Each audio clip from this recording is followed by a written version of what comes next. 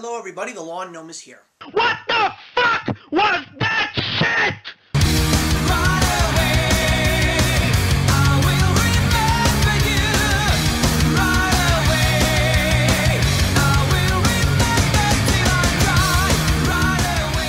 So for today's One That Got Away, I'm bringing you guys my very first double feature. And today we're going to be tackling two specific movies based on everybody's favorite thing in the whole wide world. Did you catch the sarcasm in my voice? We're talking about two movies based on young adult novels. The first one that we're going to be talking about is The Fifth Wave, that is based on the first of three novels written by Rick Yancey, and it stars Chloe Grace Moretz, Lev Schreiber, and Tony Revolori. Now, this was a movie that I wasn't entirely interested in, nor was I even interested in reading this book. But I still felt, because of how popular it was, to a certain degree, I thought that it would be something that I would like to watch eventually. I mean, here's a story about an alien invasion, a strategic way to wipe out the human race, and then trying to stop the aliens from further invading and wiping out the entire species entirely. So it's very similar to another movie that is not the greatest thing in the world, but goddamn, it's fun to watch, and that, of course, is Independence Day. But, oh no. This movie is not fun to watch at all. It was as if someone took a great, innovative alien invasion story and it was written by a whole bunch of people who wrote an episode of Young and the Restless. And I'm not talking about the good writers, I'm talking about the bad, cheesy writers. This movie is such a bore. I mean, this is an hour and 45 minutes, and it felt like I was watching a movie for 5 hours. The story had so much potential. The movie could have been executed so much better. I didn't appreciate the fact that it was just so dark and depressing. I mean, maybe that's the way that the whole YA populace is feeling these days, but that's just something that I don't really want to get from my movies.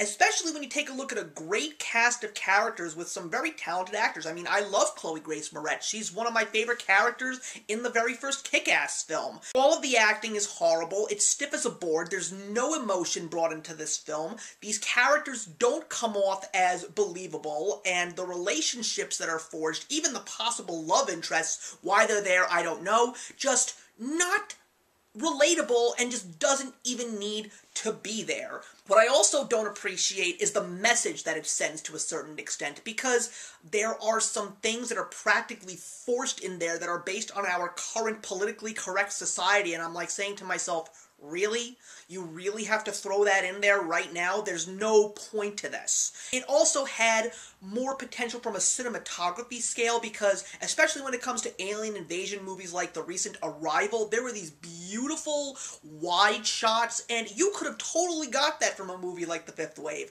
But oh no, you definitely didn't. You got everything hidden in the treetops and very, very scaled in. It was as if I was watching a CW teen drama.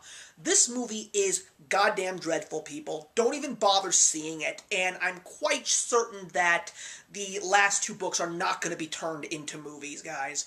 I am giving The Fifth Wave 0 stars out of 4.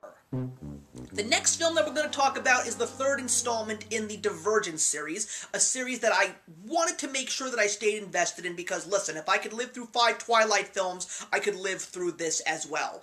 And I really wanted to continue on because as horrible as Insurgent was, it left me on a great cliffhanger, and I gotta tell you, this movie was tolerable. Not good, not even decent, but tolerable. Maybe it was because of the beautiful cinematography, the great special effects, and the interesting plot twists, or maybe just Jeff Daniels doing what Jeff Daniels does and Miles Teller turning on the douchebaggery once again. There were some entertaining pieces to this film, and as well as another great cast, including the addition of Naomi Watts, which was a very big surprise. I'm blown away by all of the great acting talent that is in Allegiant. This movie was somewhat entertaining. I actually did not fall asleep or I didn't yawn throughout the movie. I actually did watch it from beginning to end and did feel a little satisfied.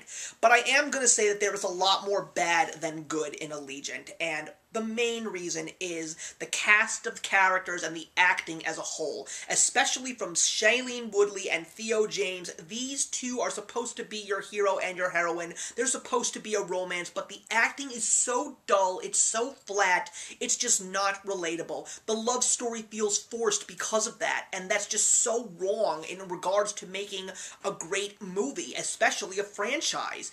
And it's a pity to me because I really enjoyed the first film. I really enjoyed Divergent. I thought it was a very good film, especially with the fact that I never read the book, never had any intentions, but I was very much entertained.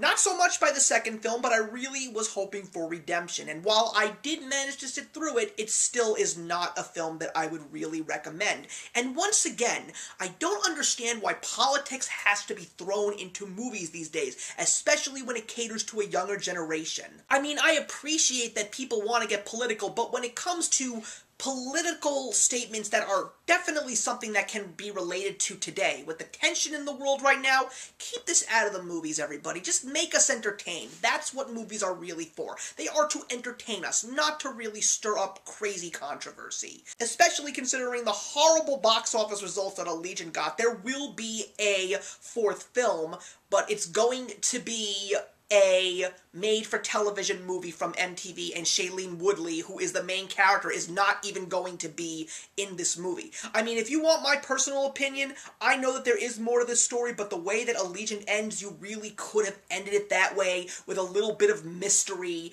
as to what could possibly happen next. So, Allegiant, is it a movie to see? Not so much, to be honest with you, but I am glad that I did manage to see this to the end. I really have no intentions of seeing the MTV made-for-television film, and I'm just going to say this for both of these films. I have no intentions to see them again. I have no intentions to buy them both on DVD. Allegiant is going to be getting a 2 out of 4. 2 is very generous. But thank you very much, everybody. Thank you for another One That Got Away.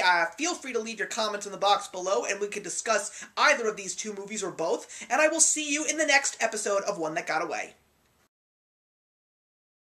Hey, thank you so much for stopping by my channel today. If you're new here and want to see more of what my channel has to offer, please click on the link to my last video, or hit that subscribe button to be kept up to date with all of my uploads. Content of all sorts is posted here quite often, so trust me, you do not want to fall behind. I will see you in the comments, and actions speak louder than words.